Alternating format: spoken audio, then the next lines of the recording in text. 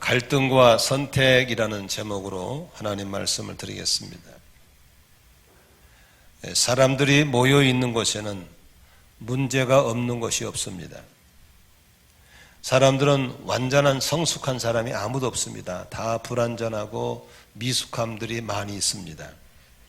그렇기 때문에 서로 가까이 가면 갈수록 갈등이란 게 있는 것이고, 또 갈등을 어떻게 풀어가냐에 따라서 인간의 삶의 행복도 불행도 갈라질 수가 있습니다.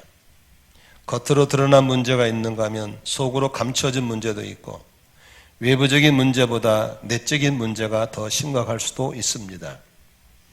더욱이 우리가 살고 있는 교회라는 공동체 안에는 잘나고 똑똑한 사람은 여기 없습니다. 다 밖에 있습니다. 구원이 필요하고 하나님의 은혜가 필요한 사람들이 교회에 와 있는 것입니다. 그러므로 교회는 성인들이 모인 곳이 아니고 용서받은 죄인들의 모임입니다. 성화가 필요한 사람들이고 성화 중에 있는 사람들이 모인 곳입니다.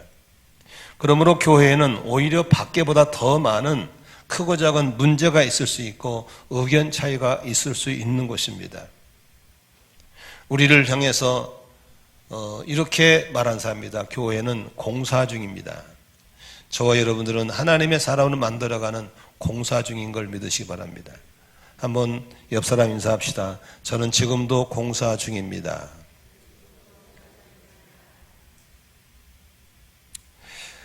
중요한 것은 갈등의 유무가 중요한 게 아닙니다. 갈등은 있을 수 있기도 하고 없을 수 있는 겁니다. 그러나 중요한 건 갈등을 어떻게 해결하고 어떻게 극복하냐에 따라서 너무나도 차이가 있다고 하는 것입니다. 오늘 본문에는 바울과 바나바 바울 사이에 갈등이 생겨서 갈등으로 분열을 겪고 또 어려움을 겪지만 이 사람들은 이 갈등을 잘 풀어서 잘 선택했기 때문에 오히려 합력하여 선을 이루는 것을 보면서 오늘 크고 작은 갈등 속에 있는 분들은 오늘 말씀을 잘 들으심으로 이제 갈등을 통한 아름다운 선택을 통해서 끝이 더 아름다운 열매가 맺어졌으면 좋겠습니다. 첫 번째로 오늘 본문에 보면은 갈등은 바나바와 바울 선교사의 관계에서 있었습니다.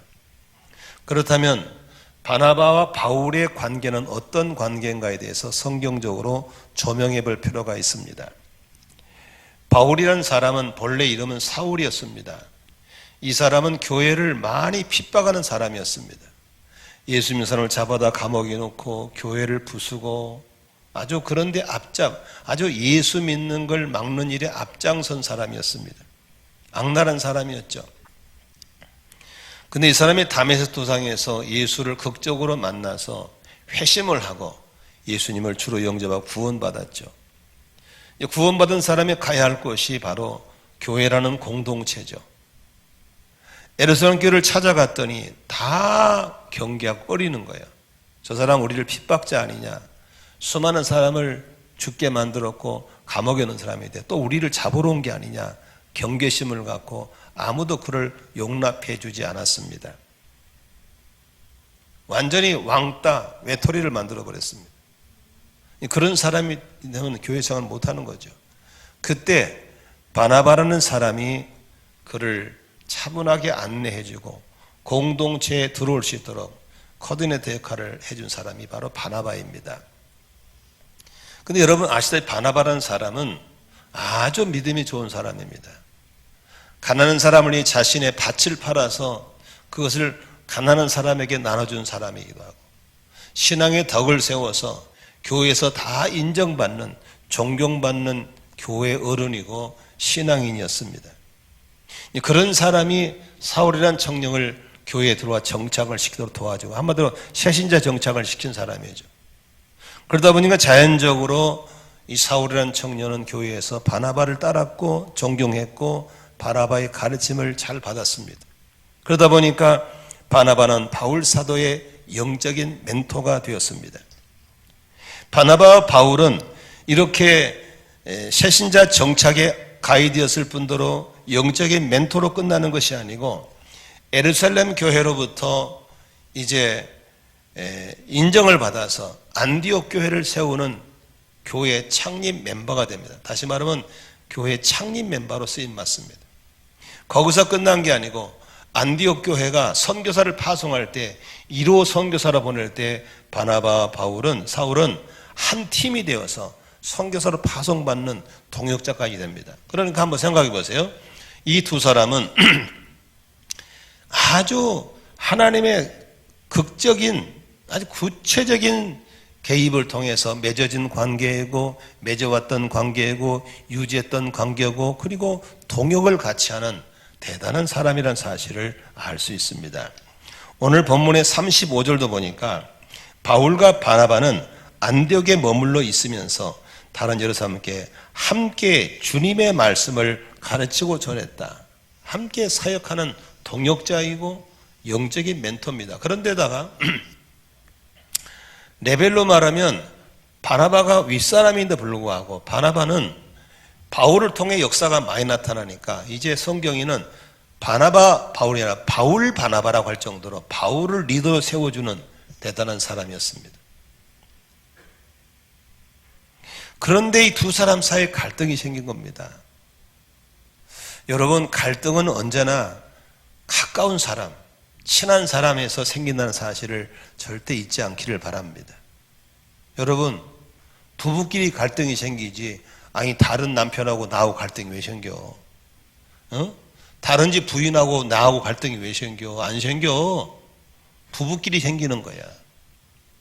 남의 집 부모하고 왜 갈등이 생겨? 우리 부모자이 생기는 거예요. 가깝기 때문에. 다른 집 형제하고 안 생겨? 우리 형제끼리 생기는 거죠. 여러분, 다른 교인하고 우리하고 갈등이 생겨요? 안 생겨요. 우리 교인끼리 갈등이 생기는 거예요. 전혀 다른 사람, 일하는 사람끼리 갈등 안 생겨요.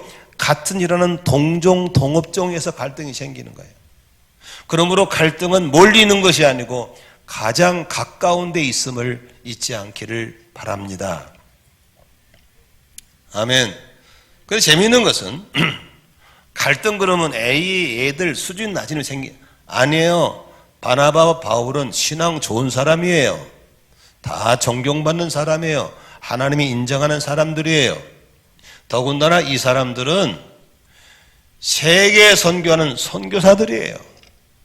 그러니까 갈등은 아주 그냥 애들 수준 낮은 생긴 게 아니고 이렇게 성숙한 사람도 선한 일한 사람도 인지도가 있는 사람도 갈등이 있을 수 있다는 사실을 우리가 받아들여야 될 줄로 믿습니다. 아멘이시죠? 어떤 사람들은 갈등이 무서워서 아예 사람들을 거리를 둬요. 너 더 이상 너가 딱 여기까지만 알았지? 오지마. 더 깊은 동요하래. 딱 이것까지만 이래. 그래서 스스로 옹벽을 쳐가지고 일정 거리를 둬서 갈등이 싫어서 그렇게 사는 사람이 있어요. 이런 사람 보고 구더기 무서워서 뭐 못 딴 거? 장 못 닦는 사람. 그 사람 평생 소금 먹고 살 사람이야. 장 못 먹어.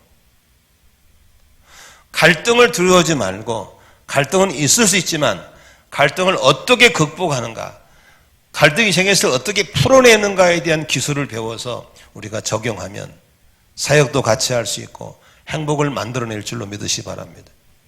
교인들도 마찬가지예요. 보면 접근하면 딱 거기까지입니다. 목사님 여기까지 오세요. 더 이상 오지 마세요. 저 더 이상. 그래서 항상 기본 거리 유지하고 나 홀로 사는 사람이 있어요. 이런 사람들은 대단히 불쌍하지만 하나님도 그 사람 쓰시지 않습니다. 만일에 내가 저 형제하고 갈등이 염려돼서 항상 기본거리 유지하고 산다. 여러분, 부부 사이에 기본거리 유지하면 결혼이 돼요, 안 돼요? 결혼은 안 돼요. 몸과 마음이 합해져야 결혼이 되는 거예요. 그러면 갈등을 극복하고 갈등을 염두에 두고 합하는 거거든요. 그래 친구가 되는 것이고 회사도 세우는 거거든요. 그러므로 우리는 갈등을 향해서 두려워하고 염려해서 거리를 두는 사람이 아니라 담대하게 합해 나가고 동역도 하고 만들어가지만 중요한 건 갈등이 생겼을 때 어떻게 할 것인가에 대해서 우리가 지혜를 가져야 될 줄로 믿습니다. 아멘. 오늘 본문에 보면은 갈등은 언제 생깁니까? 새로운 사역을 시작할 때 생겼습니다. 오늘 36절을 같이 읽어볼까요? 시작. 며칠 뒤에 바울이 바나바에게 말하였다. 우리가 주님의 말씀을 전파한 여러 도시로 신도들을 다시 찾아가서 그들이 어떻게 지내고 있는지를 살펴봅시다. 바울이 바나바에게 새로운 사역을 제안합니다. 그 사역이 뭐냐면 이제 우리가 이게 안 되게 머물러 있을 것이 아니라 그동안에 여러 도시에다가 말씀을 전했는데 그 말씀을 받고 예수를 영접한 사람이 지금 어떻게 믿고 있는지 한번 확인하러 가봅시다. 돌아보자는 겁니다.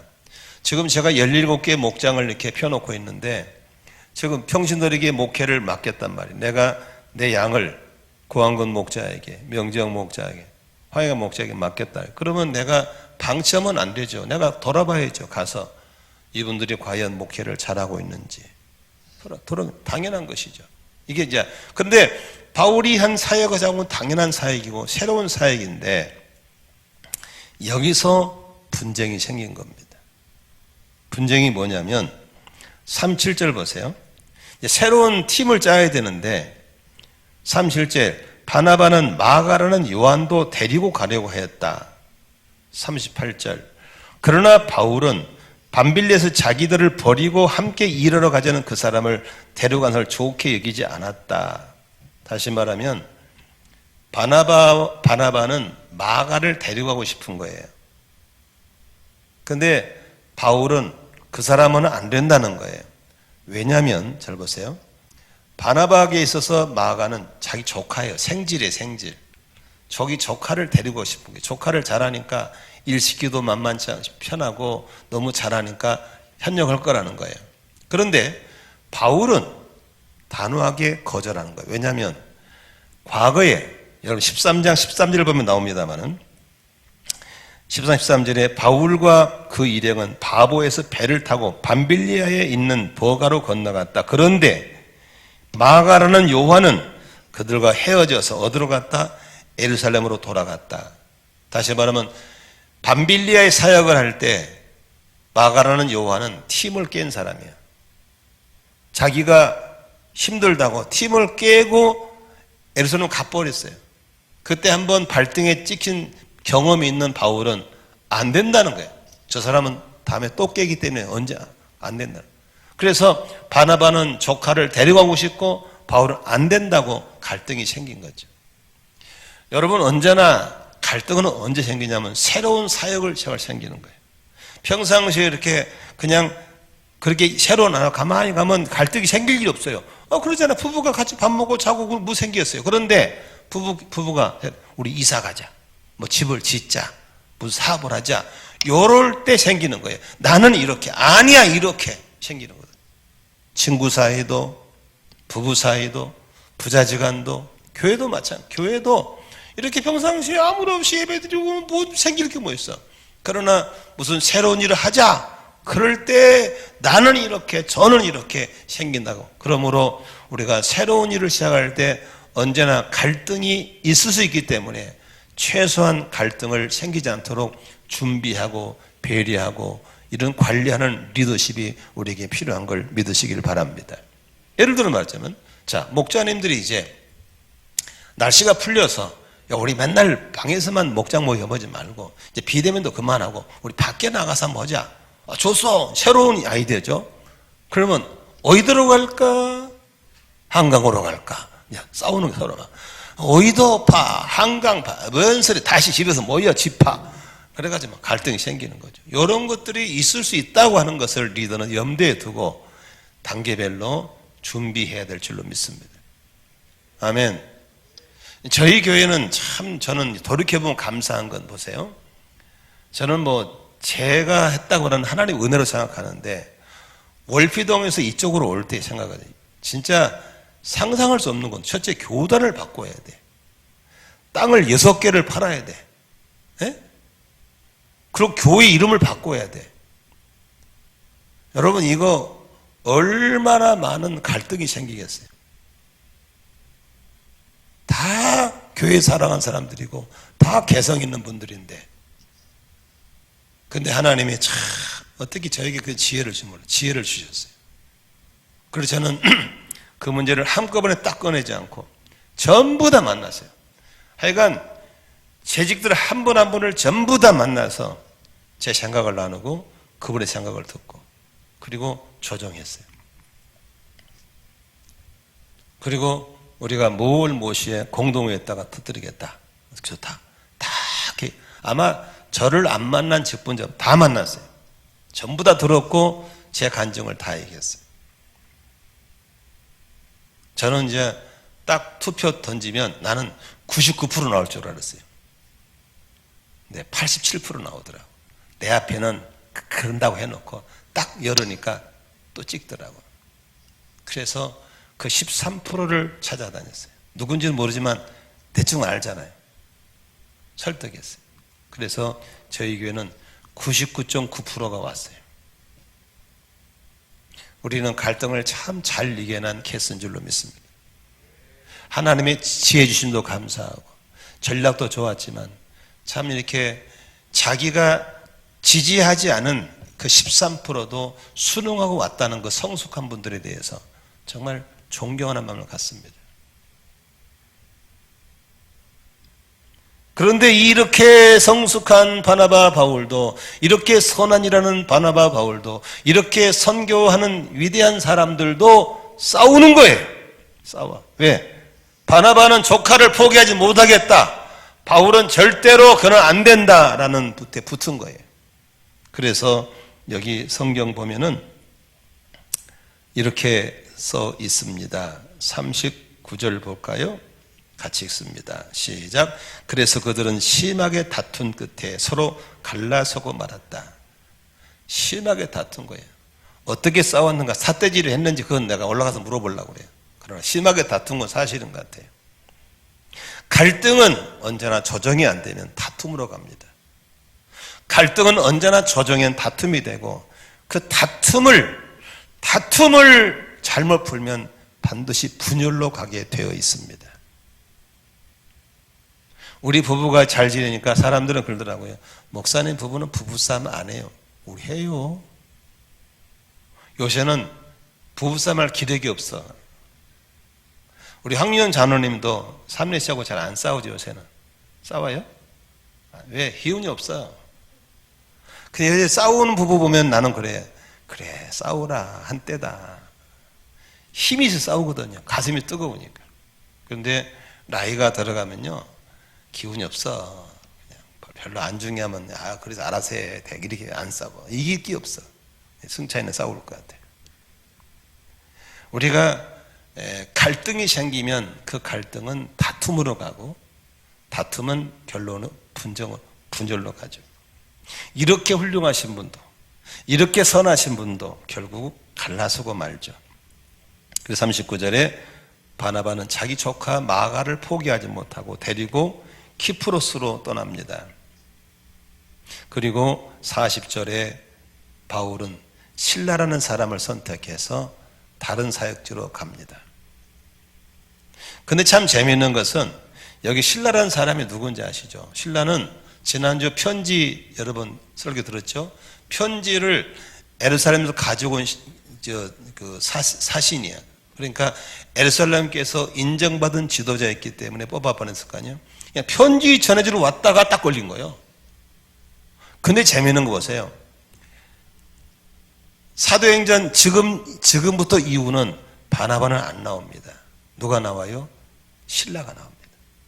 다시 말하면 이렇게 선택받을 때 어떤 줄에 서느냐에 따라서 역사의 뒷벽으로 갈 수도 있고 역사의 전면에 나올 수도 있는 겁니다.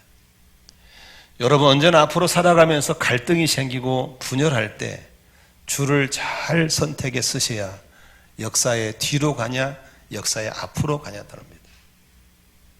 바나바는 성경에서 사라지기 시작합니다.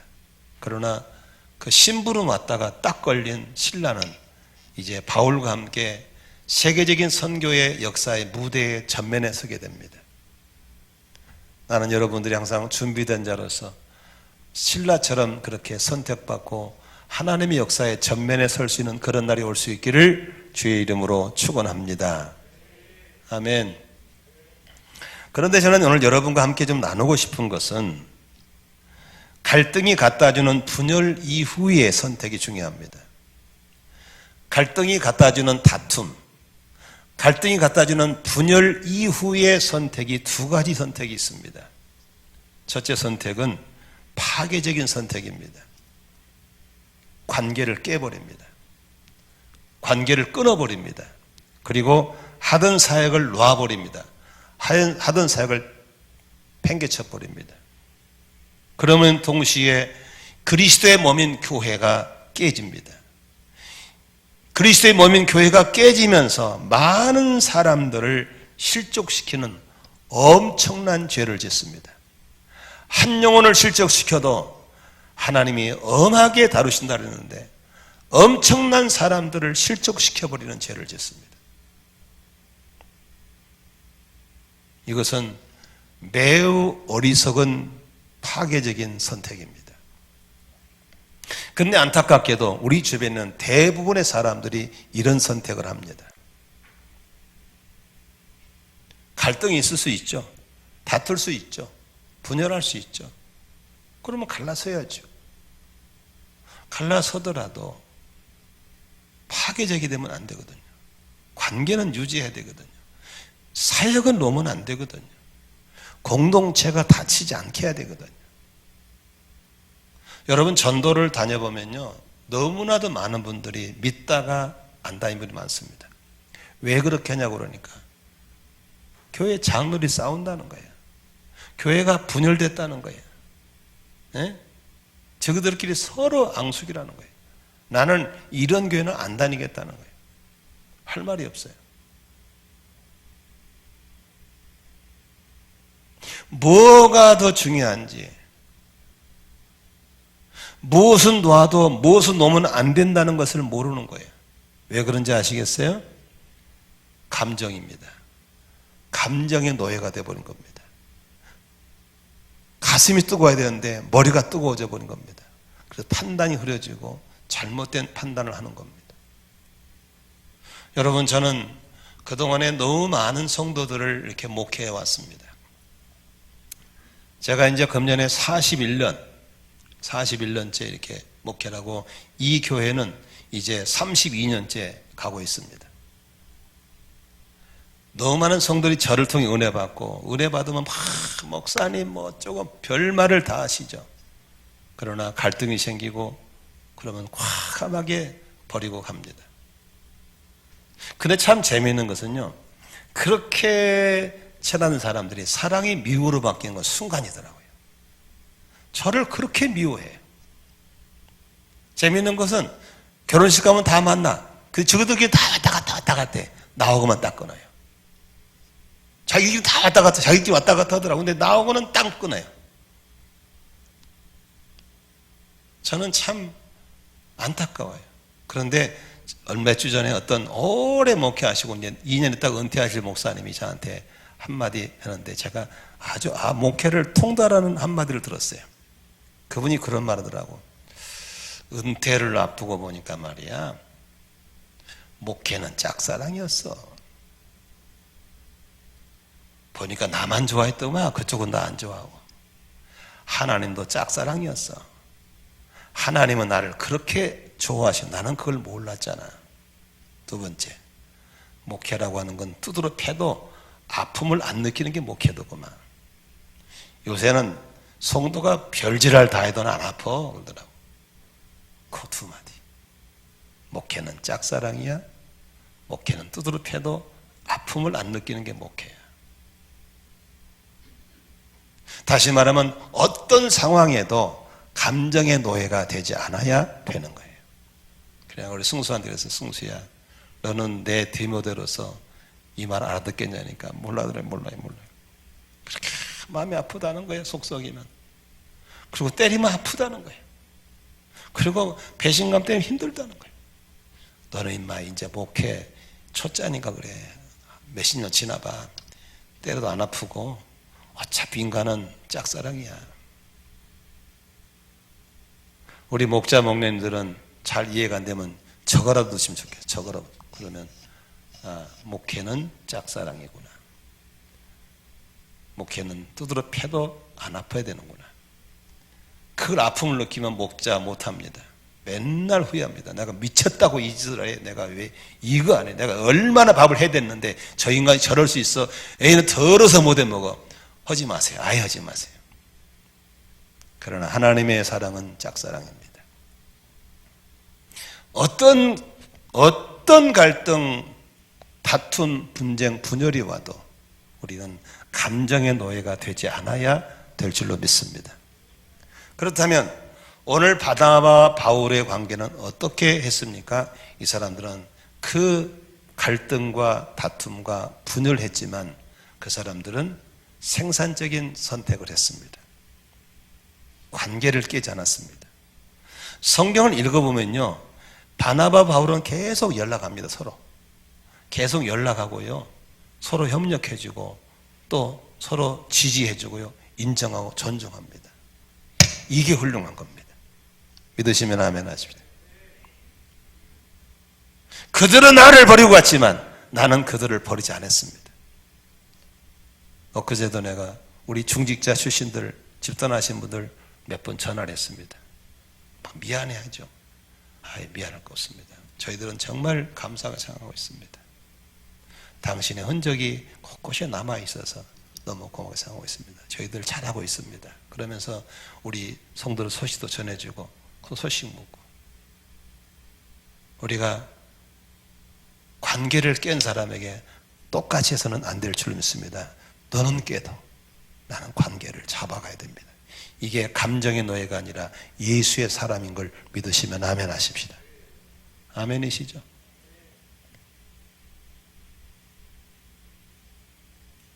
두 번째, 이 사람들은 사역을 놓지 않았습니다.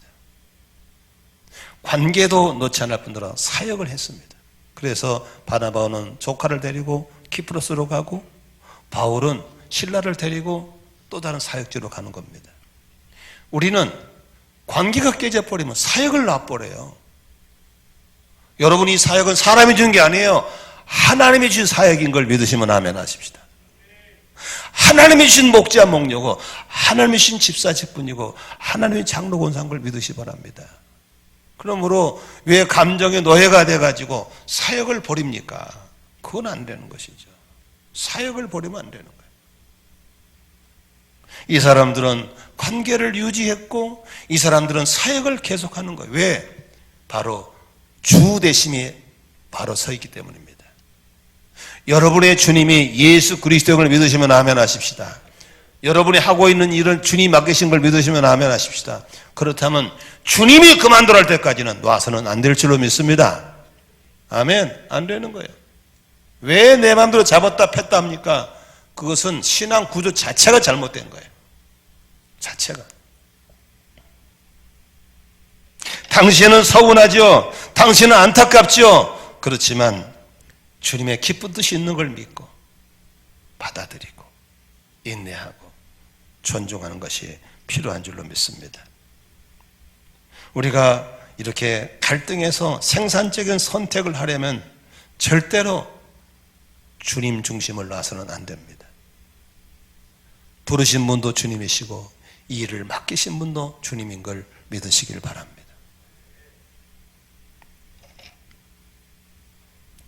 그들은 자신 안에 거하는 성령께 붙잡힌 사람들이었습니다. 그의 주가 누구지를 분명히 아는 사람이었습니다. 그래서 다툰 끝에 서로 갈라졌지만 39절에 바나바는 마가를 데리고 배를 타고 키프로 떠나갔고 40절 바울은 실라를 택하고 성도들로부터 주님의 은혜가 함께 하기를 바란다는 인사를 받고서 길을 떠났습니다. 끝까지 감정의 노예가 되지 않고 끝까지 예수의 사람으로, 성령의 사람으로, 사명의 사람으로 자기의 품위를 지킨 사람들이 바로 이 사람들인 걸 믿으시길 바랍니다. 아멘. 우리의 이런 성숙함이, 우리의 이런 신앙의 구조가 다시 한번 점검되시기를 바랍니다. 나는 지금 어떻게 갈등을 다루고 있는지 돌아보시길 바랍니다. 감정의 노예로 살고 있지는 않는지, 예수 그리스도의 사람을 살고 있는지 다시 한번 자신을 돌아보시기를 바랍니다. 여러분, 나랑 같이 신앙하다가 교회 떠날 수 있습니다. 떠나세요. 아이고, 갈 수 있는 것이죠. 가더라 좋게 가세요. 예? 다시는 안 볼 것처럼 여기 보세요. 여기 이 컵이 유리컵이거든요. 이 보기 좋죠. 기분 나쁘다고 던지면요, 이거 0.1초는 기뻐요. 깨는 순간은. 그러나 이 컵은 다시는 못 쓰는 거예요. 그러나 그 욱한 것만 참으시면 이 컵을 다시 쓸 수 있어요. 싫으면 놔두세요. 그냥 안 쓰면 되니까 나중에 필요할 때 닦아 쓰면 새 것처럼 쓰게 될 줄로 믿습니다. 저는 언제나 우리 제자들한테 관계를 설명할 때 관계는 유리그릇이란다. 조심해 다뤄야 된다. 기분 나쁠 때 깨지 말아라. 제 핸드폰에는 3,030명 중 한 3,300명 될 거예요. 3,000명이 넘은 사람의 전화번호가 있습니다. 저는 돈도 명예도 좋지 않습니다. 관계가 가장 좋습니다. 많은 사람을 알고 있습니다. 많은 사람 관계를 맺고 있습니다. 제가 교회를 개척할 때 저는 아무 후원자도 없었습니다. 그런데 교회 개척한다는 소문을 딱 내니까 그 많은 관계들이 와서 교회를 세워줬습니다. 누구는 마이크, 누구는 의자, 누구는 강대상, 누구는 종, 누구는 간판, 그렇게 확 해주니까 교회가 돼버리더라고요. 여러분, 갈등이 무서워서 관계를 못하면 안 됩니다. 갈등은 있을 수 있습니다.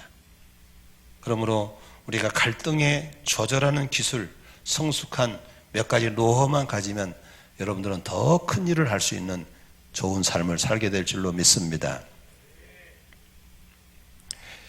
여러분, 우리가 교회에서 말이죠, 교회 생활하면서 갈등을 없애려면 다음 사실을 아시면 좋습니다.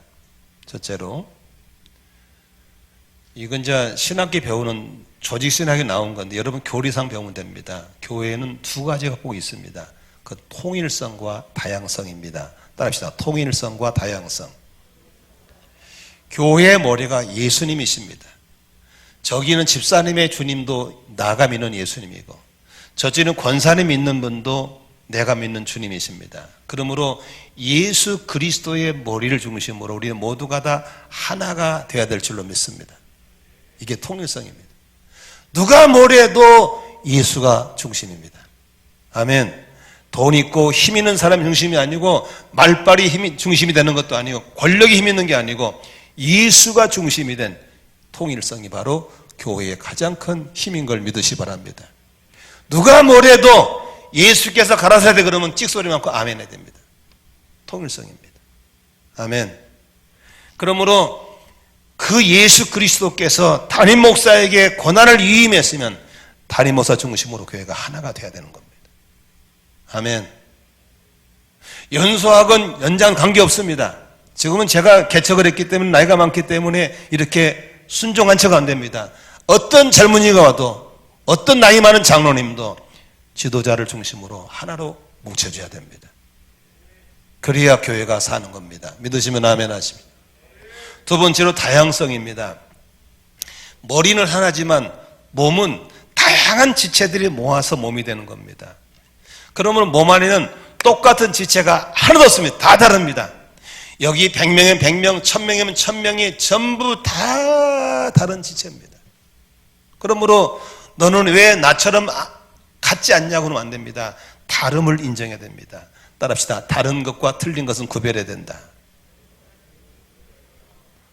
너는 왜 이렇게 해? 아닙니다. 너는 그렇게 할 수도 있어. 왜? 다양하기 때문에. 그러므로 다양성을 인정하고 존중할 때 우리는 갈등들을 피해 나가게 될 줄로 믿습니다. 믿으시면 아멘 하십니다. 저는 우리 아버지 앞에 상처받은 게 뭐냐, 밥을 먹을 때 우리 아버지는 밥을 꼭 앞에서 퍼서 먹으라고 그래요. 뒤에서 퍼면 앞으로 내 맘대로지, 그걸 꼭 이 새끼 밥을 그러면 맨날 지방 넣는 거예요. 송기를 나가지고 대구도 못하고. 내가 고2 때 자취를 하게 됐어요. 반항하는 마음으로 밥을 뒤에서 밥 먹는 거예요. 나 지금도 뒤에서 밥 먹어요. 아니, 밥을 뒤에서 밥 먹건 앞에서 밥 먹건 그건 개성을 인정해 줘야 될 거 아니에요. 우리 아버지는 꼭 밥을 국에다 못 말아 먹여. 쌍놈이 한다고. 밥을 국에만 안 먹건 비벼 먹건 내 맘대로 못 하는데 교회도 마찬가지. 너무 나하고 똑같이 만들려고 그럴 때 문제가 생기는 거예요. 그러니까 부부 사이도 마찬가지. 다솜이도 승수양 내비도 생기도 살게.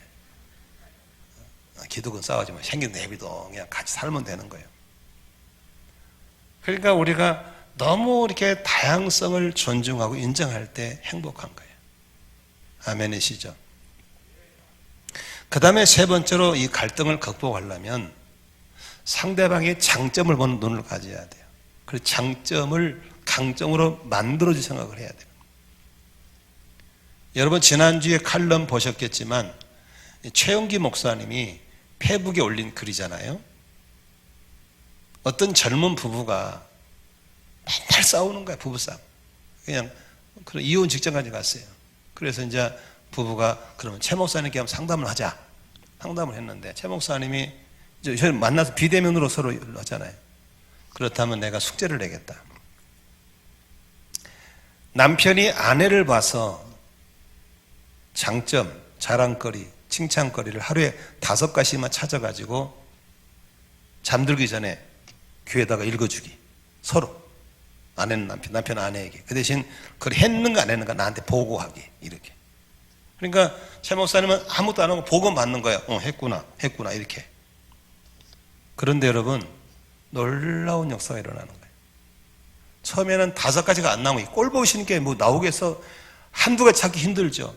머리를 쥐어짜고 찾는 거예요. 감사거리를. 그런데 하다 보니까 상당히 괜찮은 여자였어요. 상당히 괜찮은 남자였어요. 장점이 보이기 시작하고 감사를 보이기 시작하고. 그래서 처음에는 막 하기 싫은데 막 억지로 숙제로 막 돌아서 가지고 해주고 뭐 그랬는데 점점 돌아서 가지고 마주보고 얘기하게 되고 진심으로 얘기하게 되고 15일이 지난 이후에 둘이 합해버렸어. 서로의 장점을 인정하고 존중할 때 갈등은 극복하고 하나가 될 줄로 믿으시기를 바랍니다. 우리 안산 만나교회는 분명한 주님의 부르심을 갖고 있습니다. 예수 그리스도를 중심으로 우리는 하나가 되어 있고 담임 목사를 중심으로 우리 존경하는 장로님들, 권사님들이 딸딸 뭉쳐서 하나가 되어 있습니다. 비전이 뭡니까? 신약교회를 회복해보는 겁니다. 교회가 하도 말썽을 피우니까 정치권도 우리를 우습게 보고 세상 사람 우리를 만일은 소금으로 여기고 밟아버리잖아요. 이럴 때 우리가 권력을 향해서 욕하고 불신자한테 욕하기 전에 성경에서 말하는 교회는 이런 교회라는 것을 우리가 한번 회복해보자는 것이 우리의 비전인 줄로 믿습니다. 그래서 성경에서 말하는 어른이 그런다면 그런 줄 알고 아니라면 아닌 줄 알고 성경대로 해보자고 하는 것이 우리의 비전인 줄로 믿습니다. 그 가운데 우리 주님이 이 땅을 떠나시고 남긴 그 유언 한마디, 온천에 다닌 만민에게 복음을 전해서 영혼을 구원하고 그 사람을 제자를 만들어내는 이 사명이 주님의 소원이 우리의 비전이 된 줄로 믿습니다. 그래서 6년 동안 우리는 기신자들을 받지 않았고 새로운 사람이 온다면 환영하고 어떻게 하면 몇 명이 더 모이기가 아니라 몇 명을 세례 줬는가에다가 초점을 두고 달려온 줄로 믿습니다. 힘들고 어려웠지만 우리는 비전이 하나였기 때문에 갈등들을 이길 수 있었습니다. 주님이 한 분이었기 때문에 우리는 이길 수 있었습니다. 서로를 존중하고 인정하는 성숙감이 있었기 때문에 갈등을 극복하고 지금까지 온 줄로 믿으시길 바랍니다. 아마 여기 계신 분 중에서 중간에 몇 번 보따리 쌀 나온 사람이 있을 겁니다. 양심에 찔리겠지만 저도 우리 아내하고 살면서 아유 내가 이 여자하고 미쳤다고 결혼해서 이런 적이 왜 없었겠어요. 그러나 우리가 그런 갈등들을 넘어가고 그리고 보니까 너무 보고 어시나 우리 아내가 볼수록 기회예요. 세상에 어떻게 이렇게 좋은 여자가 있는지 모르겠어요. 천사표 아내요. 너무너무 그냥 초창기 때 싸울 때 깼더라면 큰일 날 뻔했어요. 여러분도 마찬가지나 교회 그냥 관두고 싶고 옮기고 싶었지만 그때 넘기고 있어 보니까 세상에 괜찮은 교회네. 참 그래 잘 참았네. 이럴 날이 꼭 오고 있고 올 줄로 믿으시기를 바랍니다. 지금은 코로나 재난이 장기화되면서 모두가 지치고 힘든 여정입니다. 사소한 일로 갈등을 만들고 싶고 예민할 때입니다. 이럴 때일수록 서로를 존중하고 본질에 충실한다면 그리고 주 대신에 붙잡혀 있다면 우리는 어떤 갈등도 이겨나면서 어떤 새로운 일도 과감하게 시도해 나가게 될 줄로 믿습니다. 이런 얘기 하나 하고 오늘 설교를 마치겠습니다. 미국의 한인교회에서 말입니다. 꽤나 규모가 있나 봐요. 장로님들 있는 거 보니까. 새로 이렇게 그랜드 피아노를 사고, 저게 바로 그랜드 피아노입니다. 이게 세워진 피아노, 저건 그랜드 피아노인데 저걸 샀어요. 사가지고 교회 어느 위치에 놓을 것인가에 대해 장로님들에게 의논했어요. 근데 한 장로님이 그랜드 피아노는 성가대 옆에 놔야 됩니다. 그래야 좋습니다. 라고 하니까 평소에 그 장로님 별로 안 좋게 있는 장로님이 발언하기를, 뭔 소리입니까? 한쪽에 성가대, 한쪽에 피아노 다가 버리면 교회가 모양이 균형을 잃어버리니까 한쪽에 성가대, 한쪽에 피아노는 양쪽 균형이 예쁘게 좋습니다. 그래서 균형파와 실속파가 붙었어. 서로 막 자기 의견을 안 죽이려고 발언하니까 담임 목사님 입장이 곤란하니까 그러면 오늘은 정회를 하고 다음 주에 모이겠습니다. 정회를 선해버렸어. 근데 이 장로님의 의견들이 붙었다는 게 새나가니까 교인들끼리도 자기가 지지하는 장로 말이 실속파 성도들, 뭔 소리야, 균형파 성도들, 교인들도 나누면 서로 어느 게 옳다 마나. 그래서 좌파와 우파가 쫙 갈라져 버렸어요. 그래가지고 막 서로 오르니까 한 분이 뭔 소리야 그러면 그냥 공평하게 가운데로 하면 가운데. 그래서 피아노를 가운데로 중도파가 생겼어요. 그러나 교회가 3파가 돼가지고 만나면 자기들끼리 좌파가 맞다, 우파, 중도파가. 이 싸움이 점점 심해다가 무슨 녹아야 돼? 감정이.